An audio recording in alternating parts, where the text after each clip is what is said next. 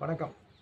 நம்ம கஸ்டமர் ஒருத்தவங்க திருமண தடைக்காக என்ட்ட ஜாதகம் பார்க்க வந்திருந்தாங்க. அவங்களுக்கு பரிகாரம் சொல்லும்போது, ஆஞ்சநேயர போய் சனிக்கிழமையில போய் வழிபாடு பண்ணி வெத்தல மாலை போட சொன்னதுக்கு அவங்க ஒரு சந்தேகம் கேட்டாங்க. "சார், ஆஞ்சநேயர்ங்கிறது ஒரு பிரம்மச்சாரி கடவுளாச்சே.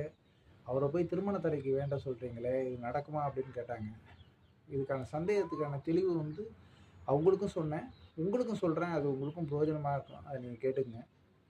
பொதுவா ஆஞ்சநேயர்ங்கிறது பிரம்மச்சாரி கடவுளா இருந்தாலும், அவரு ஒரு ராம பக்தர். ராமரையும், சீதையும் சேர்த்து வச்சு அவர் தம்பதியரா பார்க்கணும்னு ஆசைப்பட்டு தான் அவர சீதையெல்லாம் தேடிட்டு இலங்கையில போய் பல இடங்கள்லயும் சுத்தி, சீதை இருக்கிற இடத்த கண்டுபிடிச்சு 2 பேரும் சேர்றதுக்கு உதவி பண்ணாரு. பொதுவா பார்த்தீங்கன்னா, ஆஞ்சநேயருக்கு அவரு தான் பிரம்மச்சாரி கடவுளாச்சே தவிர, தம்பதிகளா சேர்ந்து யார பார்த்தாலும் அவருக்கு ரொம்ப சந்தோஷம்.